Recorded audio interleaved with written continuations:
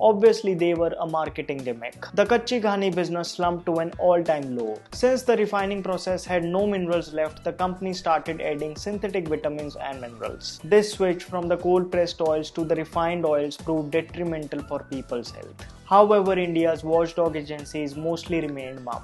The recent studies have even confirmed that our local cold-pressed oils and desi ghee were always the best. All in all, we are a country who consumes 23 million tons of refined oils annually, still believing to this day that it's actually good for the body and heart. Imagine how ads can fool us doing things which are totally against our best interests. Let that sink in. Number 2 on the list is Coca-Cola. Coca-Cola's entry into India, like in many other markets, came on the back of pure opportunism. India had become independent in 1947, and within 3 years Coca-Cola had already established a bottling plant in New Delhi. Coke's initial ad campaigns targeted the youth as they positioned themselves as a fun, refreshing drink.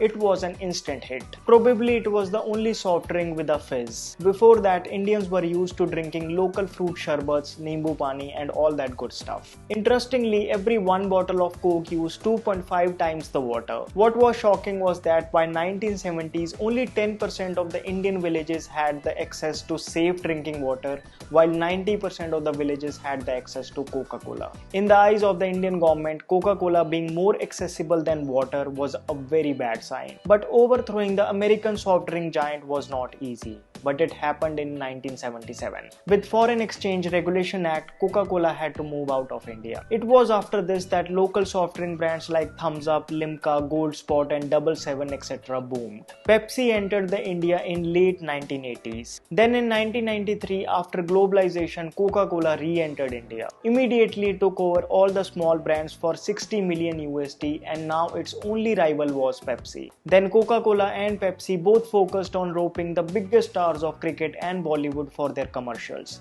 They would even sponsor the tournaments. People would now drink Coca-Cola and Pepsi with pride. They had no idea how much sugar they were consuming in just one bottle. 44 packets of sugar in this one. In early 2000, looking to capture the villages, Coca-Cola in its groundbreaking campaign roped in Aamir Khan with the tagline, Thanda Matlab Coca-Cola. This was also the time when people in villages were already protesting against Coke for water pollution and depletion. Coke in reply said that they would replenish all the water they have used by 2010.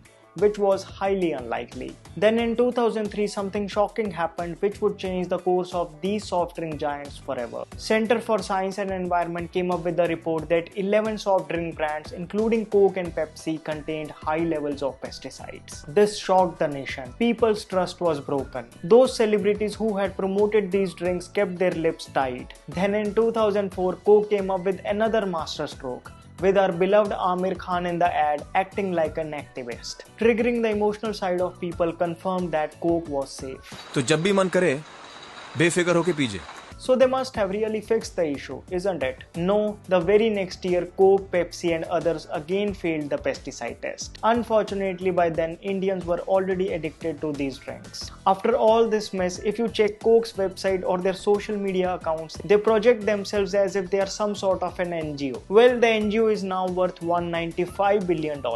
Finally, number 1 on the list are health drinks. Health drinks to Indians always meant plain milk, badam milk, besan sheera or some other traditional dry fruit mixes. But it all began to change in 1930 when a British company launched malt-based Horlicks in India. The product was pretty straightforward, mostly sugar, some malt and artificial flavors. Seriously, who would have bought this crap to be added in something like milk which was already nutritious? Its beginning campaigns projected Horlicks to be a mere taste enhancer and a source of extra energy. But after independence, as the new players like Bournvita and Complan started to come in, the competition increased. Now every brand in greed of the market share started targeting the kids with their exaggerated false claims. Horlicks claimed 2 times more immunity. Complan promised 2 times more growth. Bournvita is a drink of real achievers and so on. But in reality, all these drinks had almost the same ingredients. It was nothing more than a gimmick. But it paid off. Now every mother would go out of the way to get their kid a pack of so-called health drink. The brands kept coming with their new catchy tag taglines, and mothers would keep buying it for their kids. Sky did slam these brands with notices for their misleading campaigns as a gross exaggeration in the absence of authentic evidence. But most of the times by then the ads would already be on TV and the kids were already on to their favorite ones. Today the situation is such that no child would drink milk without adding a spoonful